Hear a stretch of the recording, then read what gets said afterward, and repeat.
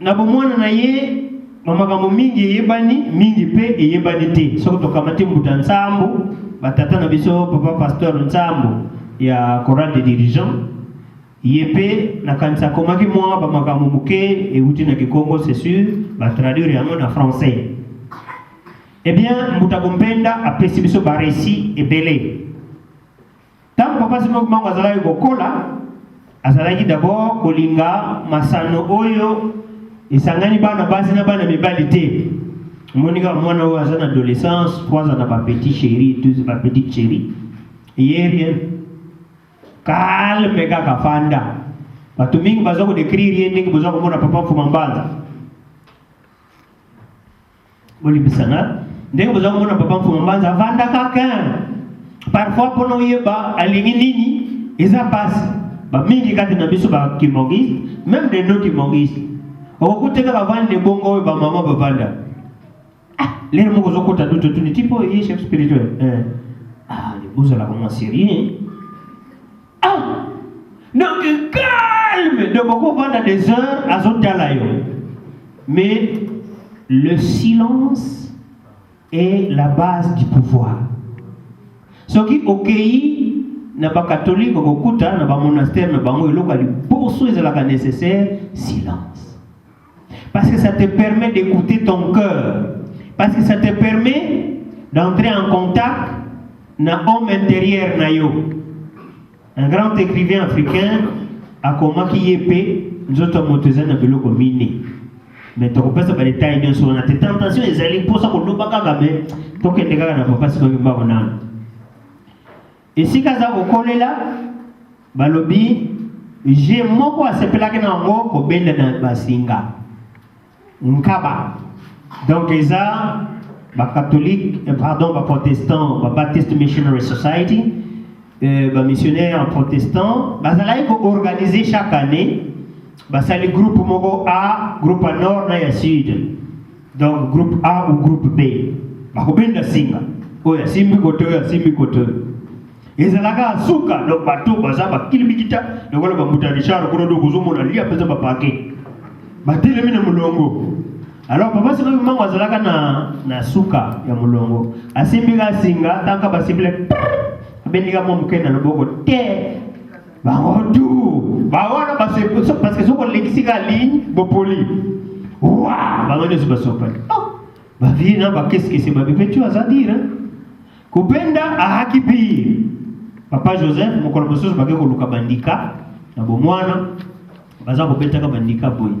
Dikamoko sa tous les kimbongistes na babuke na biso mingi yebani ipanzani ya mabe bandika mosusu ezalaka solo ndika vous connaissez c'est l'amande et ben tango beti yango baza ko beta yango pona ko koteka bolokoti bolongoli yango ba portugais à l'époque na bato mosusu ba belge baza ko somba yango pona ko sala mafuta ba savon pas essuyer et chemise na mboka ezali iloko moko précieux.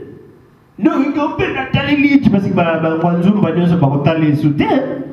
Ma fille ne se tient pas dans chemise à ses camarades, c'est pour la danse. Yes, il peut qu'on les affiche la web ça va m'entendre. Au moins petit on est calme, on va s'asseoir. Si quoi est là malaye et bébé. Ah c'est lui papa qui m'a dit. Ah dit. Qui va on peut pas bandika malembe, regarde. Alors oh donc ils ont dérangé. Alors adieu à mon kaka. Ache misapina ye na munoko tuti soy betika bopa alingi yango ndenge sala ka shingom bana moka bala lobidi alo te yo na munoko mindoke ozo pesa ka bandiko ezalaki ya solo onalia antuka ki bango na lingi makamute mais azo banga moke parce papa ki banga zaki mo mukolo na ye moni ba master muso bazala ka lekio de 3 ans de 5 ans de 10 ans mais boza papi mais yiba ki papi Ali quand même, alors oui c'est ma cabane mutute. Ti, comment on a mutumo au tourno yango, il viendra un moment. Eh bien, ndikawana ibongaki. Mo comme ça bazo sakana kaka ndenge bazala kabana, bana mike bazako sakana, ba mususu ba imita ka avion, ba mususu voiture. Allez, il peut le côté plume ya soso le sala soso, a dû avoir souffler bon. Et puis, waouh. Molimo santo ezalaka toujours présenté na colonne ndeke bisi nsokweli moi azo kopesa moi basigno ndenge na kozalela bele na bomwana na ye fait mosusu important eza non divulgué bato baza komona akoloba te ti omoni likambo nzambe ezalaka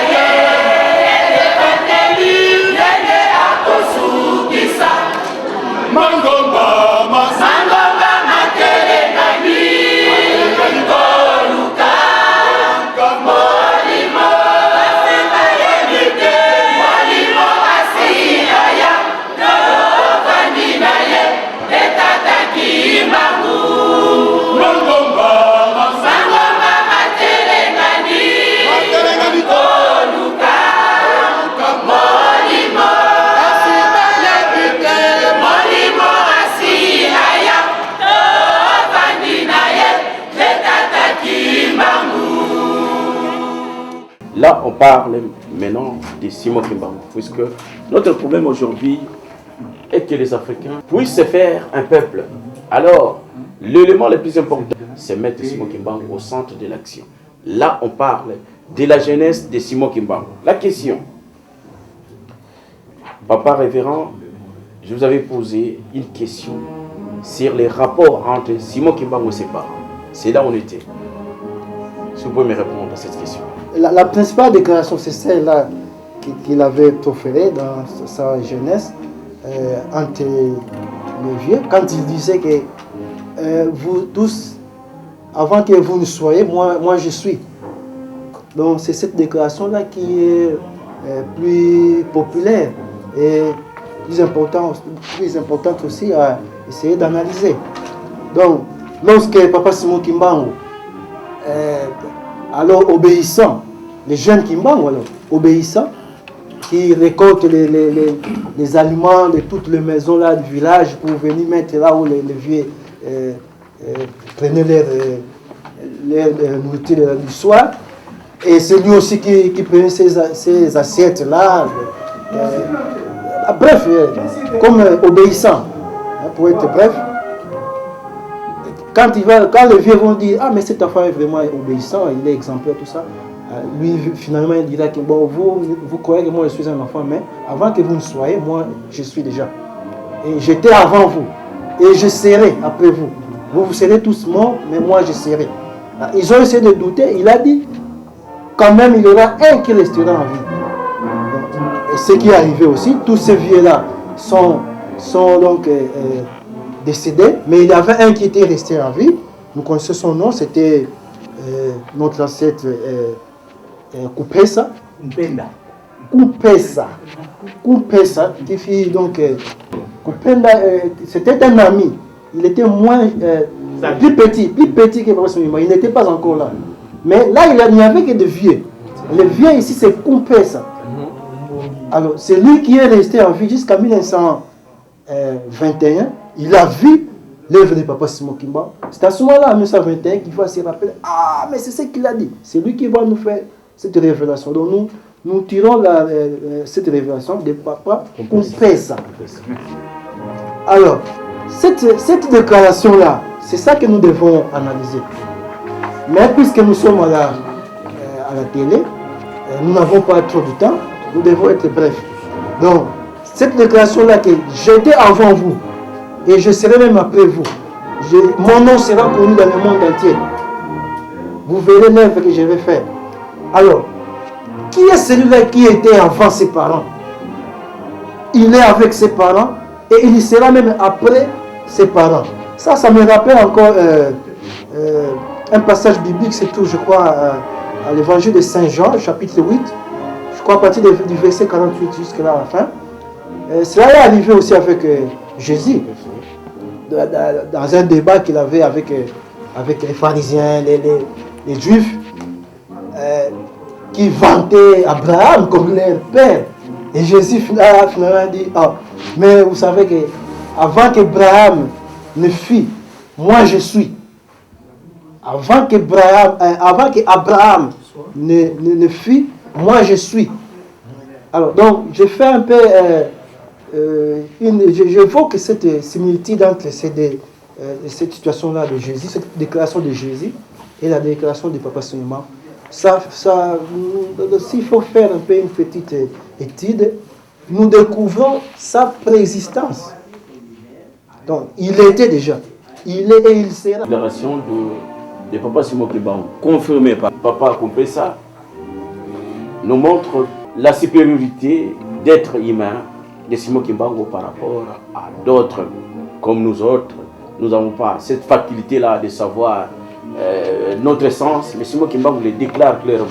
Papa Nzakimoy, vous avez quelque chose à dire? Sinon, on passe à une autre question. Papa Mawete, Papa Pasteur Mavinga. On peut y passer. Donc là, c'est la base. Papa Simon Kimbangu le déclare, je crois, aux environs 9 ans. Mais Jésus-Christ, quand il le déclare, il avait plus de 15 ans. Car Jésus-Christ, il part en Égypte. De son retour, il a fait 15 ans. 15 ans en Égypte, quand il revient, c'est à ce moment-là qu'il entre dans sa mission. Mais alors que Simon Kimbangu, nous voyons qu'il était encore enfant, il était docile, il faisait son travail de ramener des trucs, de la nourriture à l'assemblée. Vous voyez qu'il était encore un petit enfant. Alors il avait cette vision-là de connaître son essence que personne ne peut dévoiler on ne peut peut-être pas dire ça catégoriquement du Christ, parce que on sait que quand il était resté et discuté avec des grands sacrificateurs et les prêtres dans les temples, et que ses parents le cherchaient, il avait montré de la connaissance et de la sagesse. Peut-être que dans cet entretien, s'ils avaient été rapportés, il avait pu dévoiler sa divinité. Mais rien n'est dit à ce sujet. Parce qu'il faut dire que l'histoire de Papa Simon Kimbangu apparaît très clairement quand on les met côte à côte avec la vie du Christ. Nous, on a la chance, comme venaient le dire les pasteurs, les révérends Kinuka, d'avoir ce témoignage rapporté, pas confirmé comme vous venez de le dire, mais rapporté par Papa Kumpesa. Parce que s'il n'était pas vivant, s'il n'était pas là, on ne l'aurait pas su. Ça veut dire que tout envoyé de Dieu se connaît même dans son enfance. Pour changer un peu l'air, nous allons maintenant demander à notre caméraman Papa Guilain Sambou de nous relier.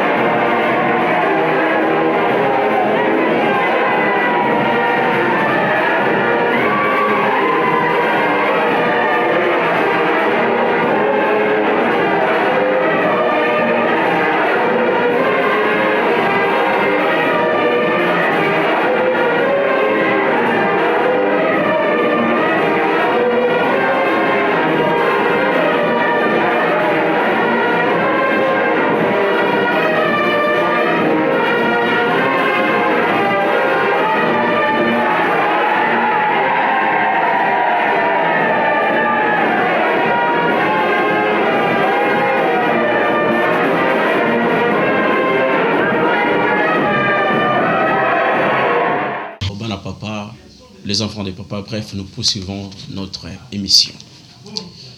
On est sur la jeunesse de papa Simon Kimbangu, donc de son enfance juste avant le 6 avril. Il y a plusieurs événements qu'on doit souligner pour donner vraiment l'éclaircissement de l'enseignement de papa Simon Kimbangu. Alors, on connaît bien que Maman Mouilou Kiawanga Nditani, c'est la femme, l'épouse de papa Simon Kimbangu. Alors, l'exposé des mamans de papa révérend Lembe nous dit qu'il y a eu des moments qu'ils étaient ensemble. Vraiment, c'est un événement historique que nous voulons vraiment comprendre. Papa révérend Kinokwa, est-ce que tu peux nous dire quelque chose vraiment pour que ça soit vraiment compréhensible à tout le monde? Merci papa. C'est le plan humain, physique. Il y avait dans ces villages-là, en Kamba, un couple de papa Fouka et maman Touba. Dans ces couples-là, dans cette maison-là, est née une certaine Mouille. Et puis il y avait un autre couple, papa Kouyela et maman Louezi. La maman Louezi vivait là aussi avec sa sœur qui est Kinzembo. Alors, dans ce couple-là, papa Kouyela et maman Louezi est né le fils Kimbangu. Curieusement, après quelques temps, la maman Louezi est décédée. La maman Louezi est décédée. Donc, il y a là maman Kinzembo. Il reste tout seul. Papa Kouyela donc est veuf. Ouais. Entre-temps, papa Kouyela devait chercher à épouser une autre femme. Oui. D'habitude, il y a dans certains villages, dans certaines traditions, il faut marier avec la sœur de votre épouse, tout ça. Même maman Kinzembo était trop jeune à l'époque. Entre-temps, il y avait dans cette maison des papa Fouka et maman Touba. Il y a maman Touba qui meurt. Il y a papa Fouka qui meurt. Et maman Touba est restée veuve. Alors, au lieu que papa Kouyela, Marie Kinzembo, étant qu'elle était trop jeune, donc c'était clair qu'il fallait épouser au moins une veuve. Donc entre veuve et veuve. Donc le veuf Kouyela est allé épouser la veuve Touba. La veuve Touba a apporté sa fille Mouille, comme le veuf aussi apporte son fils Kouyela. C'est comme ça qu'ils vont vivre dans la même maison. C'est là où ils vont se rencontrer. Mais ce n'est que dans le plan divin. C'est comme ça qu'intervient donc la rencontre entre papa Simon et maman Mouille qui plus vont se marier. Mais il y a aussi maman Mouilou est plus âgée que papa Simon. Parce que papa Simon, comme nous le savons, est né le 12 septembre 1887, alors que maman Mouilou est née un certain 7 mai. Je disais papa Simon Kimbangu est né le 12 septembre 1887. Alors que maman Mouilou est né le 7 mai 1885, donc il y a 2 ans avant.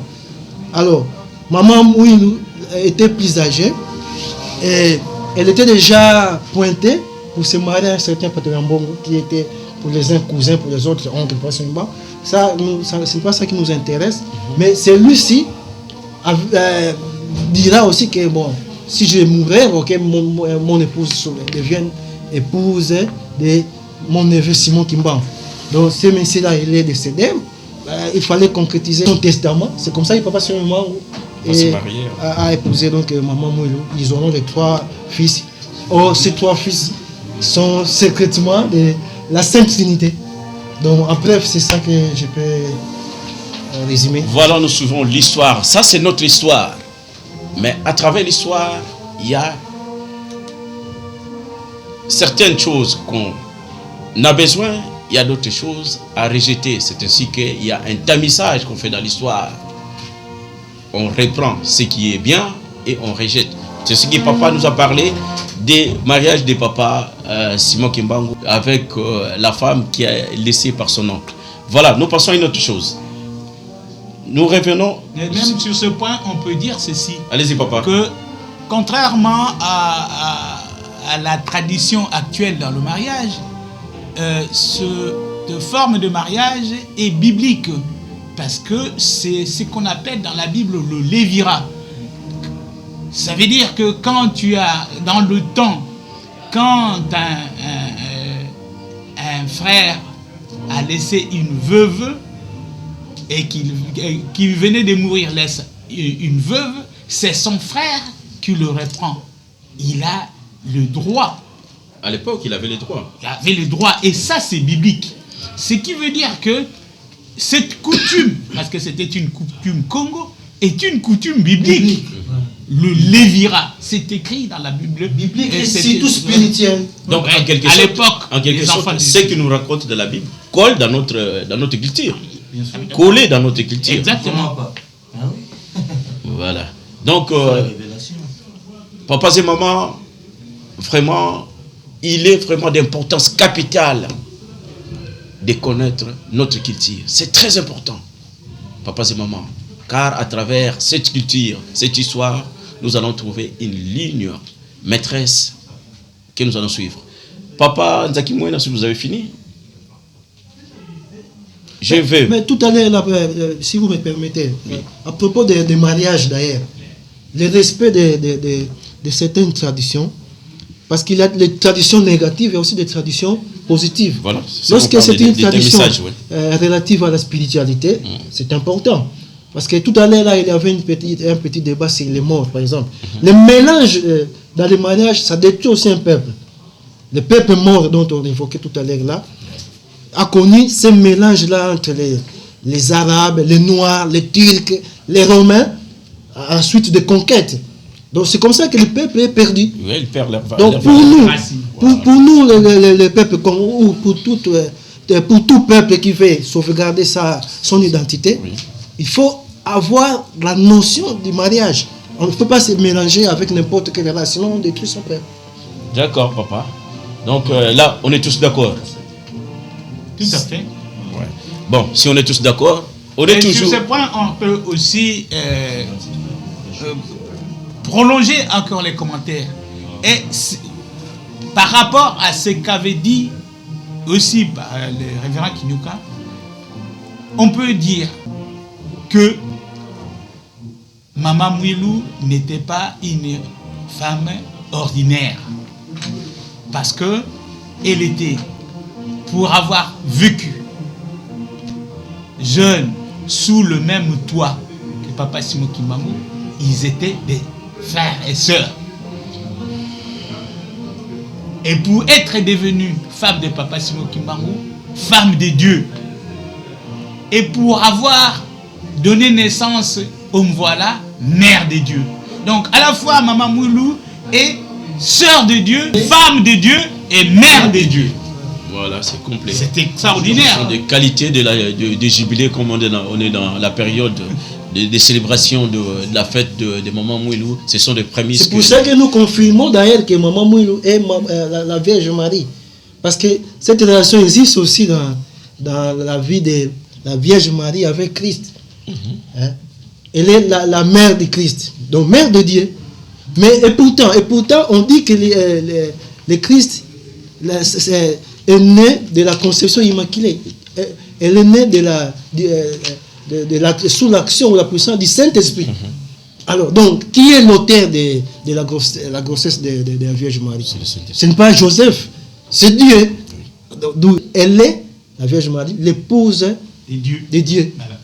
Donc, si on reproche souvent aux kimbanguistes de prendre comme référence la Bible, mais en suivant ce débat, on voit qu'il y a vraiment des relations entre ce qui se passe dans la Bible et notre culture. Donc, en prolongeant l'enseignement de Simon Kimbangu, nous trouverons que la Bible nous colle.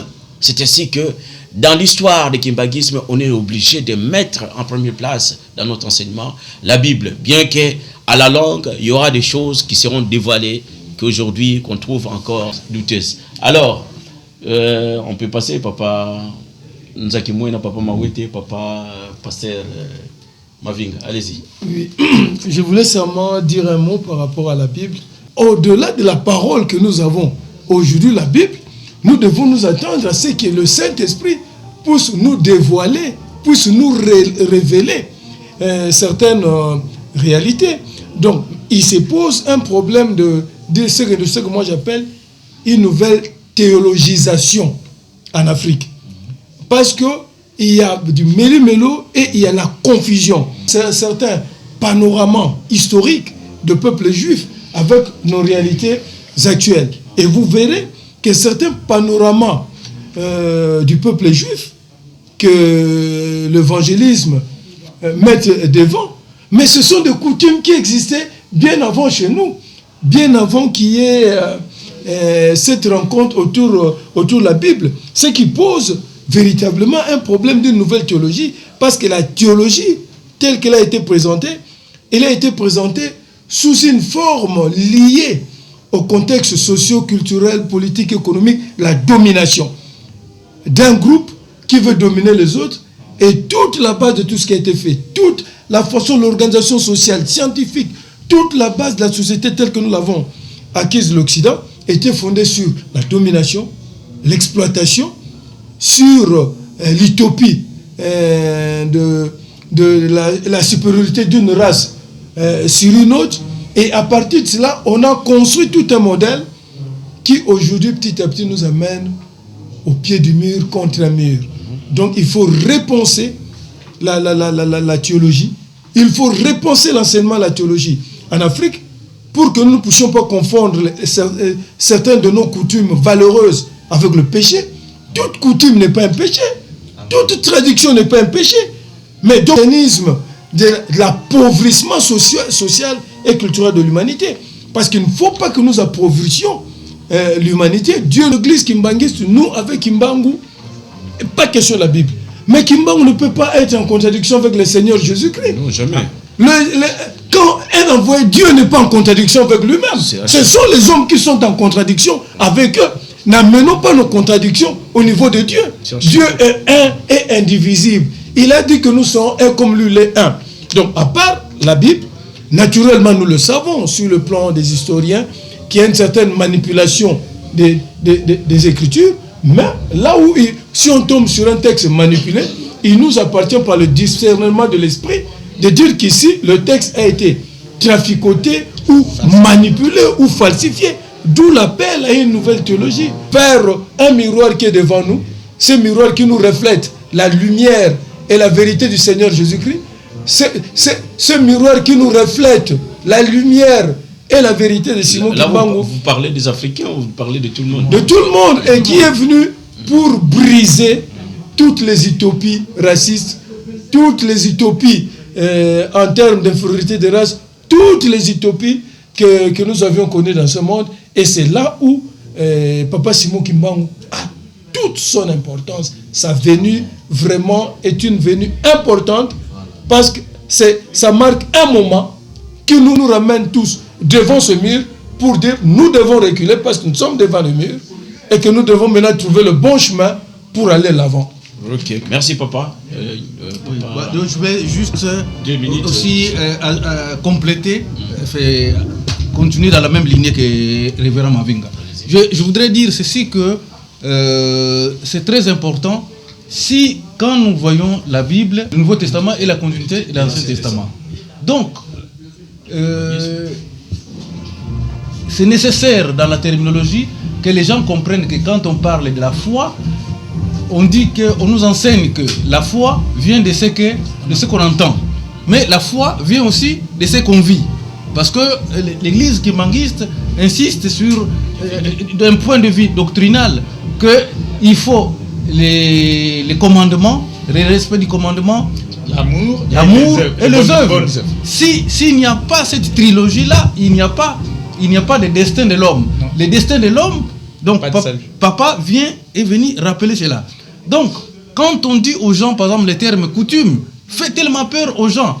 La coutume ne veut seulement dire que c'est qu'un peuple prend depuis précieux de la génération qui est finie à la génération. C'est ce qu'un peuple a de la fierté à continuer à entretenir. C'est cela la coutume. Bon, je prendrai 2-3 petits exemples dans la Bible. Quand on voit que dans la Bible, il y a l'histoire des 12 tribus, il y a l'histoire des parents, des grands-parents. Quand Jésus est né, il y a des grands-parents qui sont venus voir l'enfant. Il y a la circoncision, il y a les baptêmes. Toutes ces choses-là existent déjà chez nous. Il était tombé amoureux de la cadette Rachel. Mais